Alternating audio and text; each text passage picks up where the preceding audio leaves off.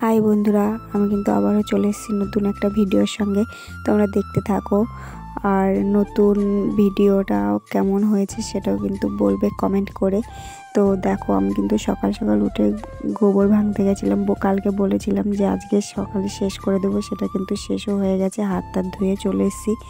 গোবর ভাঙাটা আর দেখাইনি অনেক সকালে, তার জন্য। আর সকাল সকাল গোবর টোবর ভেঙে একটু শরীরটা ভালো লাগছিল না বলে স্নান দানও করা কমপ্লিট। আমি স্নান কিন্তু আজকে সকাল সকালই স্নান করে এসেছি। স্নান করে এখন মানে কি করব ভাবছিলাম, তার মধ্যে তো হচ্ছে স্নানটা করে এখন সুস্থ সুস্থ লাগছে, কিন্তু প্রচুর শরীরটা আজকে একটু খারাপ লাগছিল। তার মধ্যে দেখো, এখন স্নান করে এসে দেখি আমার হাতের আংটিটাও ভেঙে গেছে।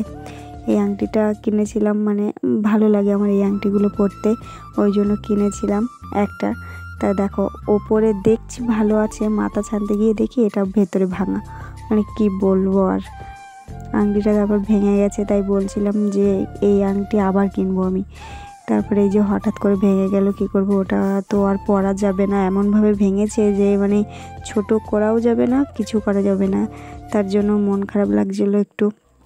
এখন কিনতে গেলে কোথায় বাজারে যেতে পারে, আমি অতটা বাজারে এখন যাই না, যেহেতু একা একা বাজারে যেতে ভালো লাগে না। তারপরে দেখো, আমার বয়ফ্রেন্ড কিন্তু, সরি বয়ফ্রেন্ড না, এখন বর কিন্তু এই আংটিটা গিফট করেছিল আমার হাজব্যান্ড। আর হচ্ছে পরতাম না, যত্ন করে রেখে দিয়েছিলাম। এখন যেহেতু ওই আংটিটা ভেঙে গেছে, কি করব, তার জন্য এটা পরে নিলাম। এইগুলো আমার খুব ভালো লাগে, ফেভারিট। আর হাজব্যান্ডের দেওয়া গিফট, এটা তো ভালো হতেই হবে। তারপরে দেখো, আমাদের ঝগড়ুটে মাসিও কিন্তু চলে এসছে টিউশনি দিয়ে, এসেই শুরু করে দিয়েছে। আমি বলছি ক্যামেরায় হাই বল, তো বলছি কি দেখ তুমি যাও তো, আর এখন ফোন দেখবো। তারপরে দেখো, মেঘ করেছে, এত মেঘ করেছে আজকে। এই বৃষ্টি নামলো, আমাদের কষ্ট মনে হয় বিফলে যাবে, আজকে সব ধুয়ে যাবে। ভাবলাম বৌদির কষ্টটা আর আমার কষ্টটা। তারপরে এই যে বৃষ্টি ফুটিয়েছে, কিন্তু কি জোরে জোরে টোপ পড়ছে বর্ষার, কিন্তু বৃষ্টিটা ভাগ্যের জোরে হলো না। মানে এটাই হচ্ছে, মজা করছে আকাশ আমাদের সাথে মজা করছে। বৃষ্টি হতে হতে আবার হয়নি। তারপর বিকালবেলা সন্ধ্যা হয়ে গেছে, এখন বৌদি তো গায়ে ধুচ্ছে। বৌদি গায়ে দেওয়া শুরু করে দিয়েছে সন্ধ্যাবেলা, যেহেতু বাছুরটা সারাদিন না খেয়ে রয়েছে, ওই কারণে তাড়াতাড়ি সন্ধে হতেই যায় প্রায়। তারপরে জল ছিল না, বৌদি কাজ করছিল, এই কারণে আমি জলের কলসিটা নিয়ে চলে গেছিলাম জল আনতে।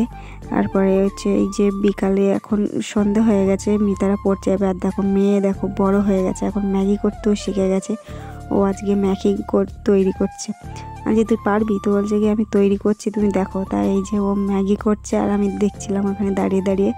মানে মেয়ের বার আর কলা গাছের বার সমান বলে না, তাই সেরকমই হয়েছে। আমাদের মিতা এখন ম্যাগি করাও শুরু করে দিয়েছে। আর দুপুরে ভাজা করেছিল, কিন্তু নুন কি দেয়নি, এমন ভাজা করেছে। আর মনিকা এদিকে কিন্তু ম্যাগি খাওয়ার জন্য প্রচুর মানে এক্সাইটেড রয়েছে। ও খালি দেখো গাল দেখাচ্ছে, ও ম্যাগি খাবে। তাই আমি বলছিলাম অত করিস না, দাঁড়া, গরম, হাত দিস না। তারপর বলছে না আমি ম্যাগি খাবো, এই গাল দেখিয়ে দিচ্ছে সামনে। বলছি তারা, তোর বদলে আমি খাবো, আর আমি তো একটু পেটুক মতো আছি, না খেলে হবে না। তারপর বাবু ম্যাগি খাচ্ছে আর হচ্ছে গান শুনছে। এই যে আজকের ভিডিওটা অবধি, দেখা হচ্ছে পরের ভিডিও। Tata, by.